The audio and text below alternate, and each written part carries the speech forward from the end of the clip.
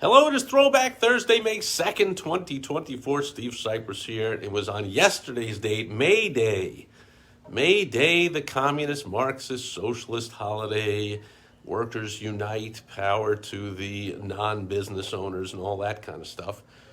May Day 1977 was a day, which is 47 years and one day ago, that over 1,400 protesters were arrested in Seabrook, New Hampshire, protesting the Seabrook nuclear plant that was being built. Now, I wasn't there, but I was there about a year later because my cousin was very involved in what was known as the Clamshell Alliance.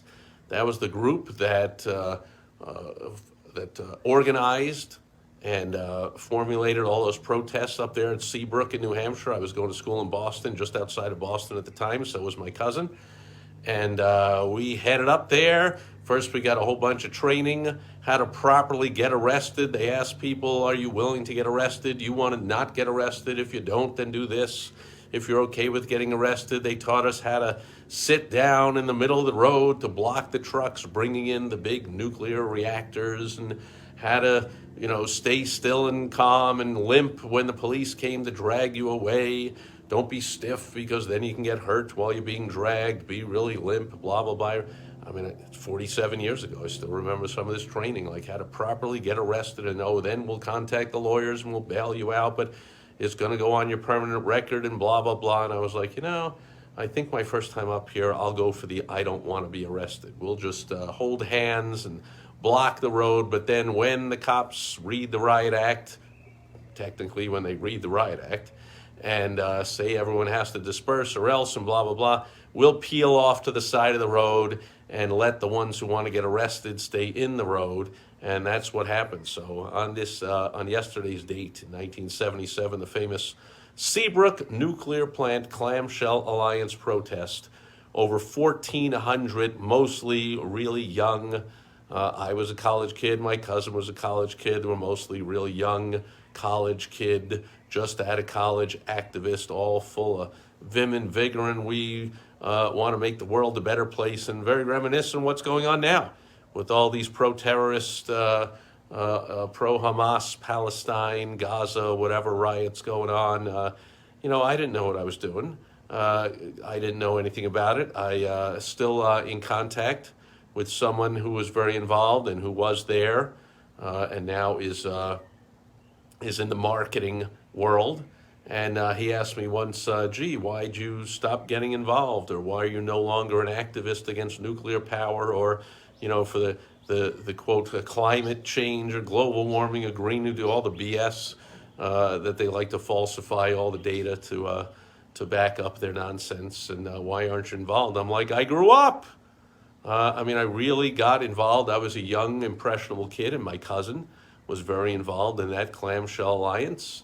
He's still very involved in all that climate nonsense today. And I got caught up in it and said, sure, what the heck? That's, and you see interviews with some of these kids, that's pretty much the same way. They're like, why are you protesting? And what are you demanding? And what do you want? And can you name anything specific that's wrong that you want to fix? Or what are your demands? And really, if they would have asked me those questions back when I was protesting at the Seabrook nuclear plant, I wouldn't have known what I was talking about. They taught us a little bit in the training, but I would have been like, nuclear power's bad, nuclear waste is bad, and this and that, and whatever. Like, we just love to protest. Kids love to protest. So I don't make much of these, they're taking over college campuses. I remember the school I went to, Radical, Brandeis University in Boston, Mass., known for Abby Hoffman went there, Angela Davis, famous radicals from the 60s. And that was all, I was only there about 10 years later, and the professors and everyone, they were heroes and they were legends. And it was like, oh, don't you want to be like Abby Hoffman and Angela Davis and, protest against the man and change the world and things that are wrong. And I remember the stories about the time the kids took over the math building, or they took over one of the administrative buildings and they wouldn't leave, and this and that, and whatever. Very reminiscent of what's going on today. I don't make much of it because I really believe the kids, for the most part, don't know what the heck they're doing. They just love to protest. They got caught up in it. So, it doesn't really hit me one way or the other. I pay it no mind. And I was thinking there's not really much of a business lesson in there other than the fact of like, wow, how great it would be for you to do such effective marketing of your business that you create such a rabid following that people will irrationally do all kinds of ridiculous things because they love your brand, your business. That's the way it works. That's ideally what marketing does create. Creates an irrational feeling about a brand. In the pro sports world, it's people going to freezing stadiums and watching football games in the winter and taking off their shirts and painting their face all different colors and painting the letters of the team on their bare chests when it's 0 degrees out, and spending money on season tickets and buying all the souvenirs and paraphernalia, and their whole basement is filled with posters and bobbleheads and mementos of their favorite teams. The same in the entertainment industry. People that go around, they got to go to every Grateful Dead concert back in the day. I'm a Swiftie. I got to get tickets to all the Swift things and buy every album and dress like her and know all the words of the songs and yell them out at a concert and all this kind of stuff. Like, this is not just by accident, folks. There are marketing people behind the scenes like me that know what we're doing, that are creating these rabid followings, these irrational followings like you're seeing with these protests today, for the most part, completely irrational, ridiculous. But, those that are in power, that know what they're doing, that have something to gain from these protests, know how to rile up the kids and get them to protest. They print up all the signs, they fly in the out-of-state agitators,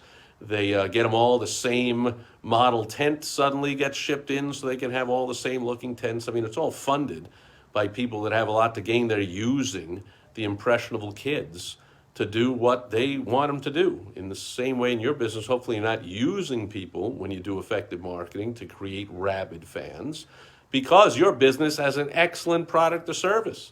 So you're creating rabid fans of something that is good for people, unlike all this ridiculous damage and protesting being done that's really, for the most part, ridiculous. But anyway, that's it. End of rant. That'll do it for Throwback Thursday, May 2nd, 2024. Remembering the good old days where I actually got up. I remember we got up before dawn. Seabrook, New Hampshire was like a 3-hour drive up there, and we were all getting into vans or buses, cars, whatever. We were getting up there. I mean, we got up before dawn and went up there to stand in the road, get around. Do you think was that really going to stop the nuclear power plant being built? I don't know if it's still running today, but it certainly got built. But we loved to protest. Gave us something to do. Made us feel like we were doing something. Anyway, that'll do it for Throwback Thursday, May 2nd, 2024. Thanks for being here today. I'll catch you tomorrow back with some business building tips.